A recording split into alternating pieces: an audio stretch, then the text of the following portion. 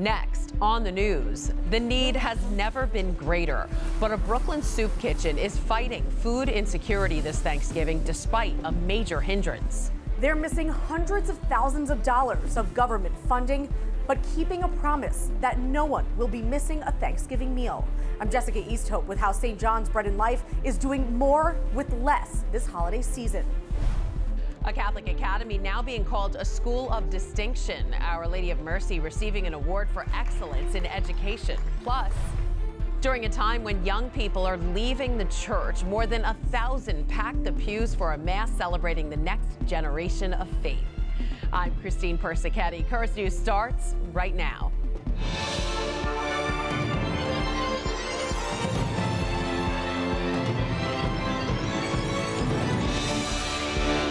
With Thanksgiving just days away, St. John's Bread and Life is providing a much-needed service for thousands in New York City. Despite drastic cuts to its funding, the Brooklyn Soup Kitchen says it is committed to feeding more with less. Currents News' Jessica Easthope has the story from Bedford-Stuyvesant. Days before Thanksgiving, there's a steady flow of people at Lizzie Gibbs's window at St. John's Bread and Life. Lizzie knows what hunger feels like. She's a volunteer at the Bedford-Stuyvesant Soup Kitchen, but she's also a client. I had gotten ill and I couldn't bring in an income, so I had to humble myself and take help from outside sources. Last Thanksgiving, Bread and Life handed out 6,500 meals. This year, it's 11,000, despite a major slash to government funding. There are many more pantries popping up because the needs are greater.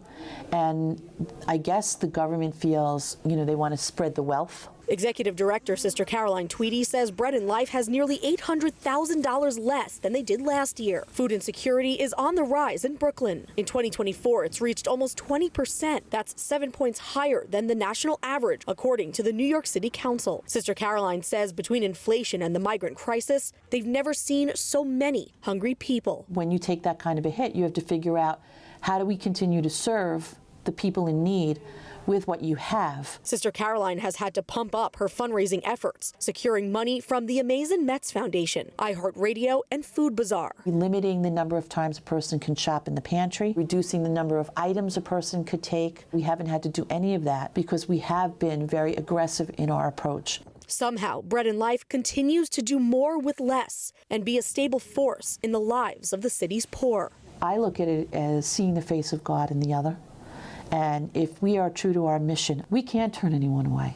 Low funding or full funding, I don't see a difference because we're still here and we never said no. St. John's Bread and Life is on track to serve 4.5 million meals this year and continues to never turn anyone away. In Bedford-Stuyvesant, Jessica Easthope, Currents News. You can help support St. John's Bread and Life's mission this holiday season by going to breadandlife.org. An update now to a story we told you about last week. The suspect who stole a golden rose from a Catholic church's 9/11 memorial has been arrested. Police say 21-year-old Decal Alcantara was turned in by his father. He's been charged with grand larceny for allegedly stealing the $3,000 gold rose from a shrine inside the Church of St. Francis of Assisi in Midtown last Wednesday. Despite the arrest, the rose has yet to be returned to the church and its whereabouts remain unknown. Meantime, a 9/11 hero is being remembered. A plaque in memory of Monsignor John Lavenburg was dedicated at Ladder 170 in Canarsie on Friday. The firehouse the FDNY chaplain called home. Monsignor Lavenburg died of 9/11 related cancer a year ago, but he was known as a pillar of strength among New York's bravest, providing comfort to families during the tough days and years after September 11th.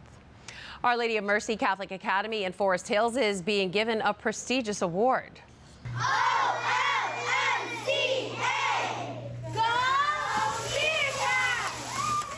The school has been named a 2024 Cognia School of Distinction. Cognia is a global school improvement nonprofit which recognized 60 schools and programs for their excellence in education out of nearly 2,000 that were considered around the world. OLM celebrated Monday with an assembly in honor of their success. It's really just a celebration of who we are. I always say Our Lady of Mercy Catholic Academy is like a family. The school definitely deserves it because the teachers are great, the students are nice. The school is very good. It's a groovy place to be. The kids have fun, they're able to express themselves, but they always know that Christ is at the center of everything they do. Love that word, groovy. The Cognia accreditation, which evaluates learning, environment, and leadership, lasts for 1 year. Students from across the Diocese of Brooklyn gathered over the weekend for Catholic Youth Day. The theme this year, Renewing Hope. It was a day of prayer, reflection, and music.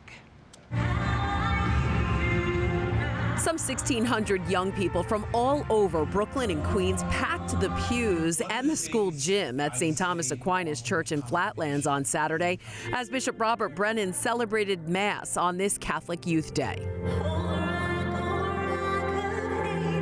After Mass, the bishop led a holy hour in the church and even walked the monstrance over to the overflow crowd in the gym. During his homily, he told the young people the Eucharist helps to overcome indifference.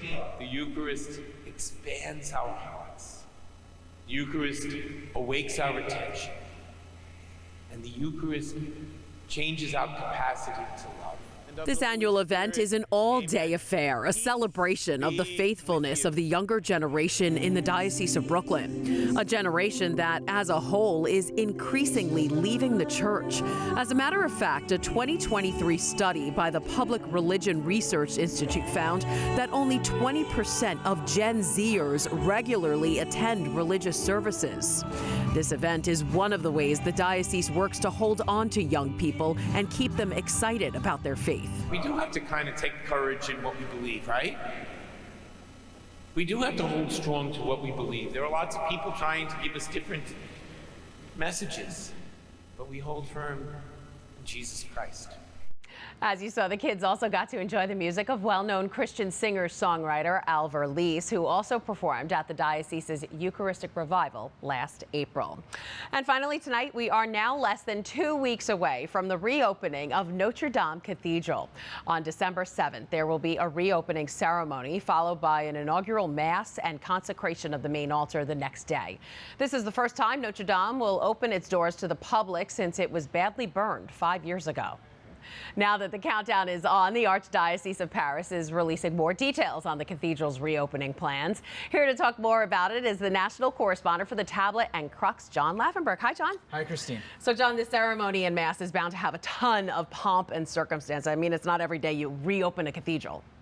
Absolutely. That service, it'll be led by the Archbishop of Paris and attended by numerous heads of state, government officials, and patrons. It'll begin with a rite of the opening of the doors, which will bring sound back to the cathedral for the first time since, of course, it burned down. And then that service will also include an awakening of the cathedral's organ, a prayer intentions for the entire world, and it will close with the Archbishop of Paris giving a blessing to the reopened cathedral. Awesome. And the celebrations don't stop there for Notre Dame. They have an entire week of Masses planned for the different communities of the parish. Let's take a look. On December 9th, they'll celebrate Mass with the priests and deacons of Paris. On the 10th, the religious women of Notre Dame. The 11th, patrons and donors to the cathedral. On the 12th, the charities they support. On the 13th, employees and volunteers of the diocesan house celebrate Mass. And on the 14th, young people and school children. Finally, on the 15th, all those who saved Notre Dame and worked on its reconstruction will gather together to admire their work. And all of this while thousands are expected to visit the cathedral starting on December 8th. Absolutely. So access will be free and open to the public from 3:30 p.m. to 10 p.m. on December 9th through 13th. Then, starting September 16th, the cathedral will be open from 7:45 a.m. to 7 p.m. every day through a registration service. So, like you said, thousands of people are sure to take advantage of that. Exciting. I want to go. Thanks, John. Thank you. John Lavenburg, national correspondent for the Tablet and Crux. And that is this Currents News Update. I'm Christine Persichetti. Thank you for joining us because we are putting your faith in the news. Hope to see you again next time.